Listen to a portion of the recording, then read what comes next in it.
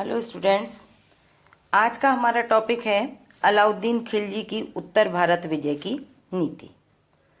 जैसे कि आपको पता ही है कि अलाउद्दीन खिलजी जुलाई 1296 को अपने चाचा जलालुद्दीन खिलजी को मौत के घाट उतारने के पश्चात दिल्ली के सिंहासन पर बैठा और स्वयं को उसने सुल्तान घोषित किया।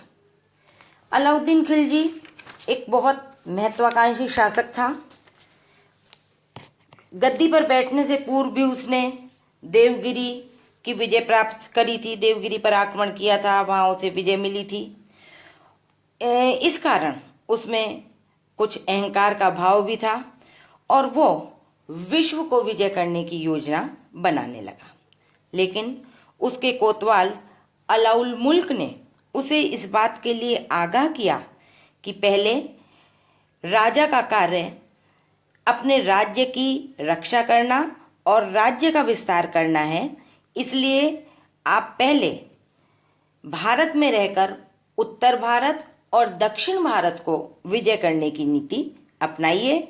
यहाँ विजय करने के पश्चात आप देश के बाहर अपनी सीमाओं के विस्तार की योजना को हाथ में लीजिएगा। अलाउद्दीन ने इस सलाह को स्वीकार कर लिया और उसने उत्तर और दक्षिण भारत को विजय करने के लिए दो अलग अलग योजनाएं बनाई। उत्तर भारत के राज्यों के प्रति उसने विलीनीकरण की नीति अपनाई और दक्षिण भारत के राज्यों को उसने करद राज्य बना लिया कि उन्हें विजय करने के पश्चात उनसे वार्षिक कर ले लिया जाएगा और जिससे कि राज्य के राजस्व में वृद्धि हो।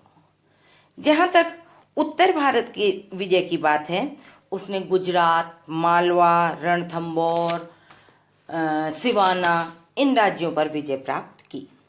सबसे पहले 1299 ईस्वी में उसने गुजरात विजय की योजना बनाई और गुजरात विजय की कमान उसने उलूग खां और नुसरत खां अपने दो सेनापतियों को दी। गुजरात का शासक इस समय कर्ण बघेला था।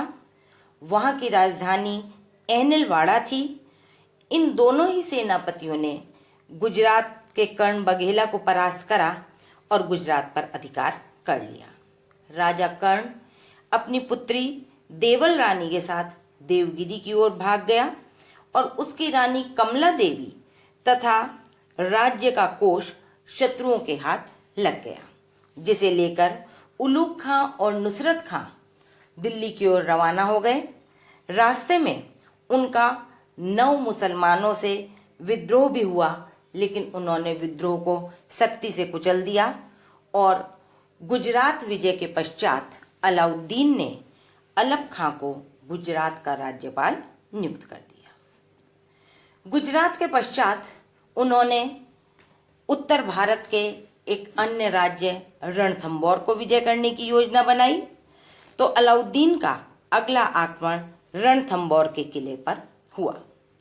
ये आक्रमण 1300 और 1301 ईस्वी के मध्य हुआ।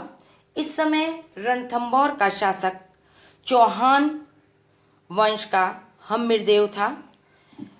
ये कहा जाता है कि रणथंबोर पर अलाउद्दीन के आक्रमण के दो कारण थे, क्योंकि एक तो उस समय रणथंबोर राजस्थान के मुख्य किलों में उसकी गिनती आती थी, बहुत सुदृढ़ था और जैसा कि हम्मीर काव्य में भी लिखा है कि वहाँ के शासक ने अलाउद्दीन के विद्रोही मंगोल नेता मोहम्मद शाह को अपने यहाँ शरण दे रखी थी। अलाउद्दीन द्वारा उसे मांगे जाने पर वहाँ के शासक ने उसे लौटाने से इनकार कर दिया था। अतः अलाउद्दीन ने रणथंबोर पर आक्रमण की योजना बनाई। उलूग खां और नुसरत खां ने लंबे समय तक किले का घेरा डाले रखा, लेकिन वे असफल रहे। नुसरत खां की घेरे के दौरान मृत्यु हो गई और उलूग खां को भी पीछे हटने के लिए बाध्य होना पड़ा। इस असफलता के पश्चात अलाउद्दीन ने स्वयं उस विशाल किले को घेरने की योजना बनाई और काफ़ी समय तक वह भी घेरा डाले रहा, लेकिन सफल नहीं हुआ। अंत में ये कहा जाता है कि उसने हम्मीर के 2 मंत्रियों रणमल और रतिपाल को लालच देकर अपनी ओर मिला लिया और उनकी सहायता से जुलाई 1301 में किले पर अधिकार कर लिया। हम्मीरदेव रणथंभौर का शासक इस युद्ध में मारा गया और विश्वासघाती रणमल और रतिपाल को भी अलाउद्दीन ने बाद में उनका वध करा दिया और उलूग खां को वहां का शासक नियुक्त करने के पश्चात सुल्तान दिल्ली की ओर लौट आया। उत्तर भारत की विजय श्रृंखला में अब तीसरा जो नाम था वो चित्तौड़ का था। ये कहा जाता है कि 1303 ईस्वी में अलाउद्दीन ने चित्तौड़ पर घेरा डाल लिया। अमीर खुसरो लिखते हैं कि मेवाड़ का शासन राणा रतन सिंह जो था वो हिंदू राजाओं में श्रेष्ठ और बहुत वीर माना जाता था। तो राजा रतन सिंह के नेतृत्व में वीर राजपूतों ने मिलकर अलाउद्दीन की सेना का सामना किया। यहाँ पर भी लगभग 8 महीने तक अलाउद्दीन ने किले का घेरा डाले रखा और 1303 ईस्वी में किले पर अलाउद्दीन का अधिकार हो गया। वीर राजपूत रानियों और महिलाओं ने अपने सम्मान की रक्षा हेतु रानी पद्मिनी के नेतृत्व में एक जौहर किया और ये कहा जाता है कि बाद में राजपूतों ने वीरतापूर्वक इसका अलाउद्दीन का प्रतिरोध भी किया, लेकिन अलाउद्दीन ने यहाँ पर भीषण नरसंहार किया। किले को विजित करने के पश्चात उसने अपने पुत्र खिज्र खां को वहाँ का शासक नियुक्त कर दिया और चित्तौड़ का नाम बदलकर खिजराबाद रख दिया गया। लेकिन चित्तौड़ के जो राजपूत थे वो लगातार खिज्र खां का विरोध करते रहे और जब अलाउद्दीन को ये पता चला कि खिज्र खां को बहुत ज़्यादा परेशान किया जा रहा है तो उसने राजपूत सरदार मालदेव को चित्तौड़ का शासन सौंपा, लेकिन वह भी वहाँ पर सफल नहीं हुआ।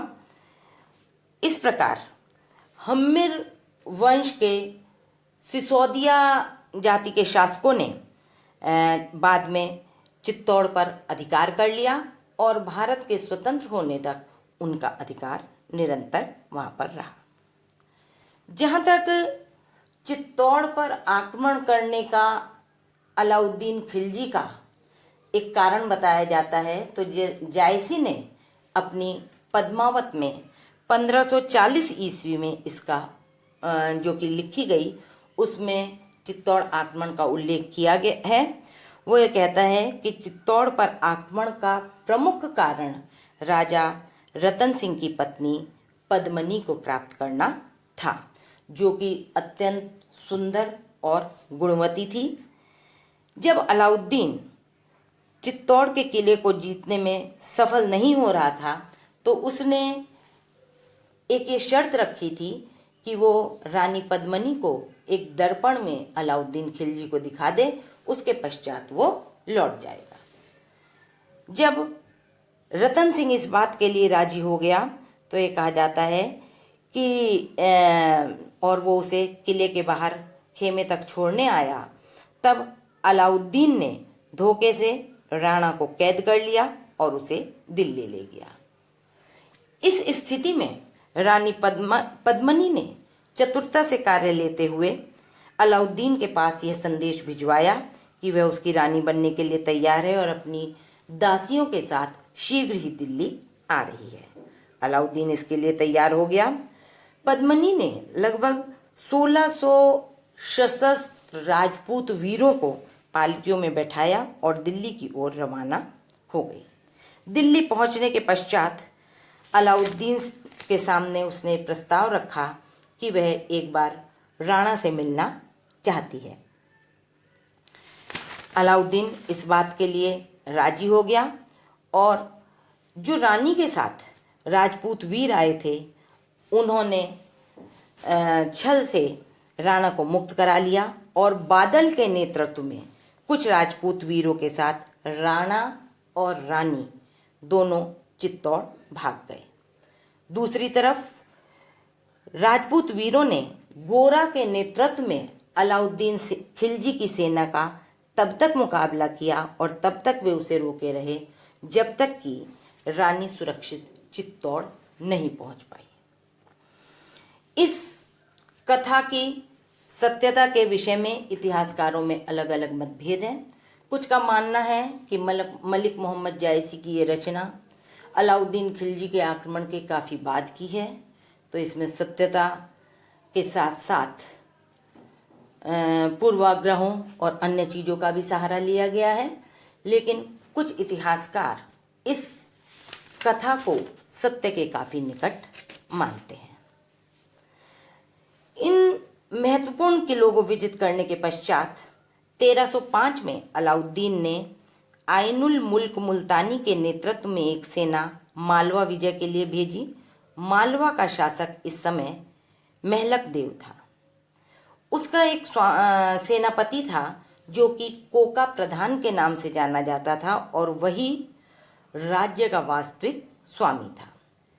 आइने मुल्क ने कोका प्रधान और महलक देव को दो अलग अलग युद्धों में परास्त करके मांडू, धार, उज्जैनी, चंदेरी, मालवा इन प्रसिद्ध नगरों पर अधिकार कर लिया और शासन चलाने के लिए बाद में अलाउद्दीन ने आइने मुल्क को ही वहाँ का गवर्नर नियुक्त कर दिया। तत्पश्चात उत्तर भारत की विजय के क्रम को और आगे बढ़ाते हुए 1309 ईस्वी में अलाउद्दीन ने स्वयं सिवाना पर आक्रमण किया और वहाँ के शासक शीतल देव को तथा उसके किले को उसने घेर लिया। कई माह तक राजपूतों ने मुसलमान सेना का कड़ा मुकाबला किया, परंतु अंत में अलाउद्दीन का सिवाना पर अधिकार हो गया। शीतल देव इस युद्ध में मारा गया और अलाउद्दीन ने कमालुद्दीन गुर्ग को वहाँ का शासक नियुक्त कर दिया और स्वयं दिल्ली वापस आ गया। उत्तरी भारत की विजय में अलाउद्दीन का अंतिम आक्रमण जालौर पर हुआ। जालौर सिवाना से लगभग 50 मील की दूरी पर स्थित था और वहाँ का शासक कान्हड़ देव था। वह एक वीर और साहसी योद्धा था। ये कहा जाता है कि कान्हड़ देव को और जालौर को विजित करने में भी अलाउद्दीन को काफ़ी समय लगा। उसने जालौर पर 2 बार आक्रमण किए। प्रथम आक्रमण के दौरान, जो कि 1305 ईस्वी में हुआ, अलाउद्दीन की सेनाएं जालौर पर अधिकार करने में असफल रहीं। दूसरा आक्रमण 1309 ईस्वी में हुआ। इस बार भी राजपूतों ने शाही सेना को अनेक मुठभेड़ों में परास्त किया। कान्हड़े देव प्रबंध के अनुसार यह युद्ध लंबे समय तक चला। अंत में अलाउद्दीन ने कमालुद्दीन गुर्ग के नेतृत्व में एक शक्तिशाली सेना जालौर के लिए भेजी और उसने राजपूतों को हराकर जालौर पर अधिकार कर लिया।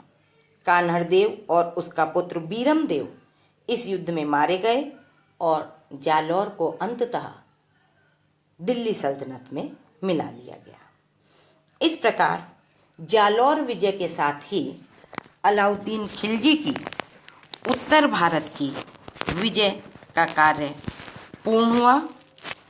इस विजय के पश्चात अलाउद्दीन खिलजी ने दक्षिण भारत को विजित करने की योजना बनाई, जो कि हम अगले टॉपिक में पढ़ेंगे।